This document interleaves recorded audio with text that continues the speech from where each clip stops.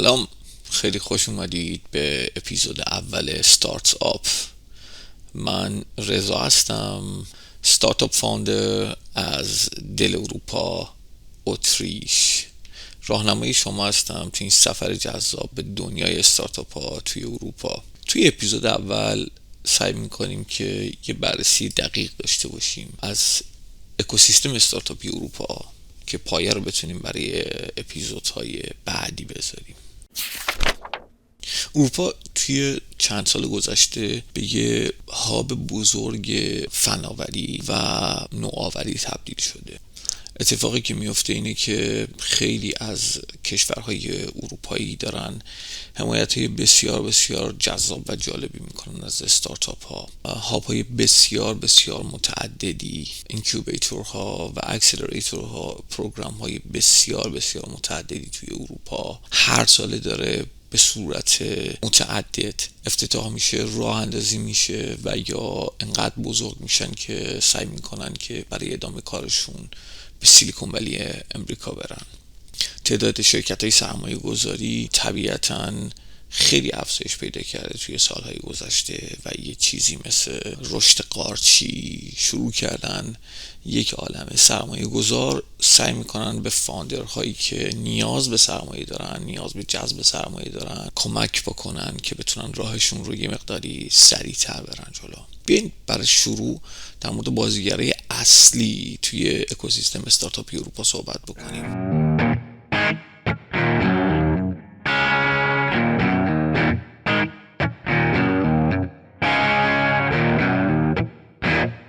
همونطور که گفتم یه عالمه هاب وجود داره، یه سری تکنیکال هاب وجود داره، یه سری اینکیوبیتور وجود داره و یه سری اکسلراتور پروگرام وجود داره که همه اینها خب مسلماً بسته به جایی که دارن فعالیت میکنن، بسته به شهری که دارن توش فعالیت میکنن، بسته به سیاست‌های دولتی که دارن توی اون کشور زندگی میکنن، یه سری خدمات رو مثل نتورک، مثل روابط، مثل حتی خدمات فنی و تکنیکال و در وهله آخر هم خب مسلماً خدمات مالی و ادوایز رو در اختیار استارتاپ فاوندر ها میذارن. اینکیوبیتور ها مسلماً یه همچین برنامه مشابهی رو دارن. اکسلراتور پروگرام ها تقریباً برنامهشون مشابهه، ولی خب مسلماً اینها تمام پروسه هاش فرق میکنه. اینی که شما چجوری وارد اکسلراتور پروگرام بشی با اینکه چجوری توی اینکیوبیتور بتونی استفاده بکنی، همین ها متفاوت هستن. اینها رو توی مراحل بعدی و اپیزودهای بعدی حتما براتون توضیح میدیم.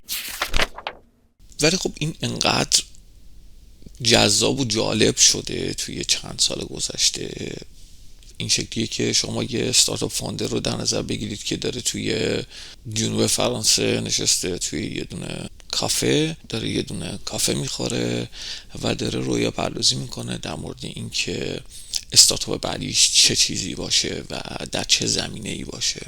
در همون حالت یه تیم خفن کدنویسی توی فنلاند نشستن یا توی استکهلم سوئد نشستن توی دفتر کوورکینگ سپیس، از این دفتر مشارکتی که خیلی باب هست برای استارتاپ استفادهش، و دارن کد میزنن و دارن ورژن اولیه و یا MVP شون رو بالا میارن. تمام این اصطلاحاتی که من به کار میبرم توی جلسات بعدی در موردش صحبت میکنیم. کاملا براتون سعی میکنیم که توضیح بدیم که هر کدوم از این اصطلاحات و هر کدوم از این کلمات چه معنی دارن. طبیعتاً وقتی که توی یک فضایی، توی یک کشوری، توی یک قاره فرصت‌ها بزرگ باشن، چالش‌ها هم خیلی منحصر به فرد خواهند بود. فاوندرهای اروپایی مقررات بسیار زیاد و عجیب و غریبی دارن که باید باشون سر و کله و دست و پنجه نرم بکنن. یه عالمه نوآوری دارن، ولی خب از لحاظ فرهنگی و داینامیک های بازار باید خودشون رو وفق بدن با اون محیطی که دارن توش کار میکنن. این نیازمند این هست که یک فاوندر در اروپا بیشتر از هر جای دیگه، ما نمیگیم که این فقط مختص اروپاست، اما یه فاوندر توی اروپا باید بیشتر از فاوندری که توی امریکا یا کانادا داره یه استارتاپ رو ران میکنه انعطاف پذیر باشه، باید بیشتر سازگار باشه، باید بیشتر درک داشته باشه از محیط تجاری که داره توش فعالیت میکنه. یه سری آمار و ارقام هم حتما توی اپیزودهای بعدی براتون پابلیک میکنیم، لینک اون آمار ارقام رو میذاریم، یک عالم دیتای جذاب به درد بخور در اختیارتون میذاریم و اونم این هست که در خصوص استارتاپ های موفق، یعنی یه عالم از یونیکورن هایی که توی دنیای استارتاپی وجود دارن از اروپا شروع کردن و همین الان هدکوارترشون توی اروپا است، دارن اینجا کار میکنن و زندگی میکنن. اما اینکه مثلا یونیکورن چیه؟ چجوری میشه که استارتاپ یونیکورن میشه؟ یونیکورن استارتاپ هایی هستن که ارزش گذاریشون به بیش از 1 میلیارد دلار میرسه. این سوال ممکنه پیش بیاد که خب باشه، پس منم میام از روز اول ارزش استارتاپم رو یه عدد و رقم بسیار بالا میذارم و خب اینجوری نیست. در مورد اینها، در مورد نحوه ارزش گذاری ها، نحوه فاند ریس کردن، نحوه گرفتن پول از سرمایه گذار، نحوه ثبت نام توی اکسلراتورها، نحوه پیدا کردن این فرصت ها توی تمامی اپیزودهای بعدی باهاتون یک عالمه حرف خواهیم زد.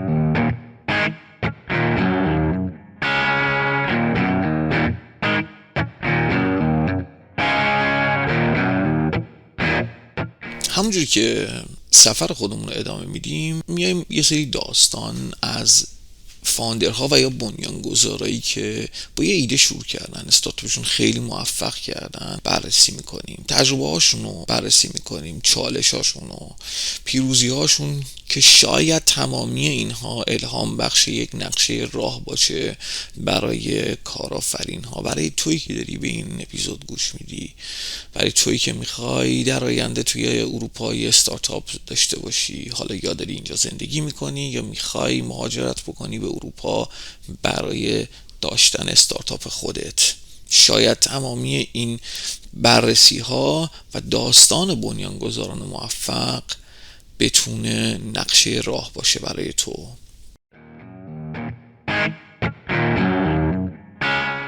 قبل از اینکه بخوایم این اپیزود افتتاحیه رو به پایان ببریم، یه جمله ارزشمند میخواستم باهاتون در میان بذارم که توی مسیر استارتاپی خودتون همیشه باید به یاد داشته باشید.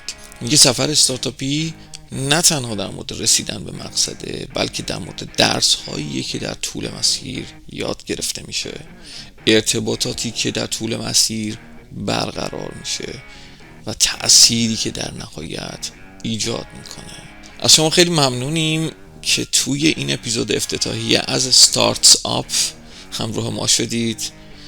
متشکرم از شما. امیدوارم توی اپیزودهای آتی بتونیم به بخش مختلف زندگی استارتاپی در اروپا، از تولید ایده تا یه مرحله ارزش گذاری، فاند ریزینگ، سری های ABC و یا هر چیزی که نیاز شما هست، توضیحات کاملی رو بدیم و به اونها بپردازیم. تنها کمکی که شما با ما میتونید بکنید اینه که اگه سوالی دارید یا موضوع خاصی رو میخواین که ما در موردش صحبت بکنیم، لطفاً برامون کامنت بذارین، با ما ارتباط بگیرید، این اپیزود رو برای دوستانتون شیر بکنید، بفرستید برای کسایی که شاید براشون جذاب و جالب باشه. تنها کمک شما به ما همین شیر کردنه، همین لایک کردنه، همین کامنت گذاشتن است و اینتراکشن داشتن با ماست. سفر استارتاپی یه ماجراجوییه که ما مطمئنیم ارزششو داره.